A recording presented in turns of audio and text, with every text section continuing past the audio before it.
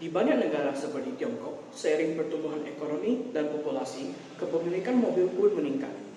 Pendapatan yang lebih tinggi berarti lebih banyak orang mampu membeli kendaraan. Namun, seberapa kuatkah hubungan ini di provinsi kami di Sumatera Utara, Indonesia? Itulah tujuan kami dalam penelitian ini.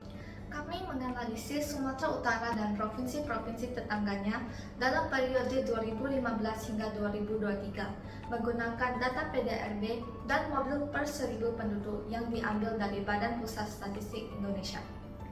Tujuan kami bukan hanya untuk memahami tren di masa lalu, tetapi juga untuk memprediksi kepemilikan mobil hingga tahun 2028. Tapi mengapa PDB? Karena PDB menunjukkan pertumbuhan ekonomi di suatu wilayah.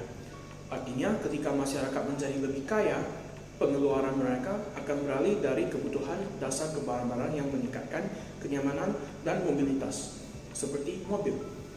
Hal ini menjadikan PDB salah satu indikator terkuat untuk memprediksi kepemilikan mobil.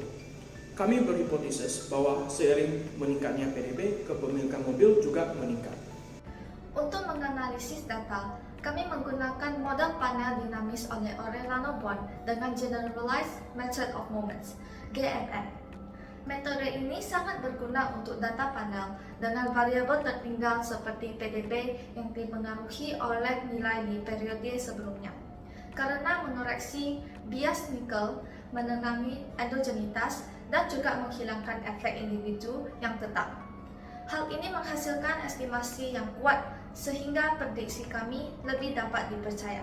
Di Sumatera Utara, PDB meningkat dari Rp571 triliun pada tahun 2015 menjadi lebih dari Rp1.050 triliun pada tahun 2023. Kepemilikan mobil juga meningkat dari 35 mobil per 1000 penduduk menjadi 52, dan pada tahun 2028 diprediksikan mencapai 119 mobil per 1000 penduduk, lebih dari 2 kali lipat angka tahun 2015. Di Sumatera Barat, PDB tumbuh dari 179 triliun pada tahun 2015 menjadi 312 triliun pada tahun 2023. Kepemilikan mobil meningkat dari 41 menjadi 64 mobil per 1000 orang dalam periode yang sama, dan diperkirakan akan mencapai 92 pada tahun 2028. Riau menunjukkan tren serupa dengan kepemilikan mobil yang diperkirakan mencapai 136 per 1000 penduduk pada tahun 2028. Di sisi lain, provinsi seperti Aceh menunjukkan pertumbuhan yang lebih lambat, tetapi arahnya masih meningkat. Pada tahun 2015, PDB meningkat dari 129 triliun rupiah menjadi 227 triliun rupiah pada tahun 2023.